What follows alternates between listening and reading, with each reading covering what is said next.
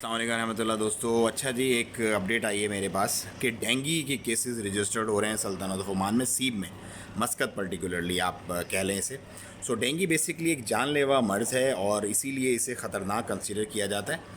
परेशान होने या पैनिक होने की ज़रूरत नहीं है, लेकिन एहतियात ज़रूर करें। मतलब मच्छर को हल्का नहीं लेना है, मच्छर से आपने बच के रहना है। अपने जो मॉस्पेल टाइप के रेपेलेंट वगैरह जो यहाँ पे आते हैं वो यूज़ करें। खिड़की दरवाजे मगरिब के टाइम पे अपने बंद रखें। और मच्छर जहाँ भी आपको लाइक पानी वगैरह हो जहाँ पे भरा हुआ, या कोई ग्रीनरी हो, और पार्क्स वगैरह जो होते हैं नॉर्मली लोग जाते हैं, यहाँ पे गैदरिंग्स होती हैं, उनको थोड़ा सा अवॉइड करें। मच्छर वाली जगहों को, मच्छर से आपने लाजमी बच के रहना है, क्योंकि डेंगू जो है वो एक आम मच्छर वाला चक्कर नहीं है, वो इट्स मोर देन समथिंग आम।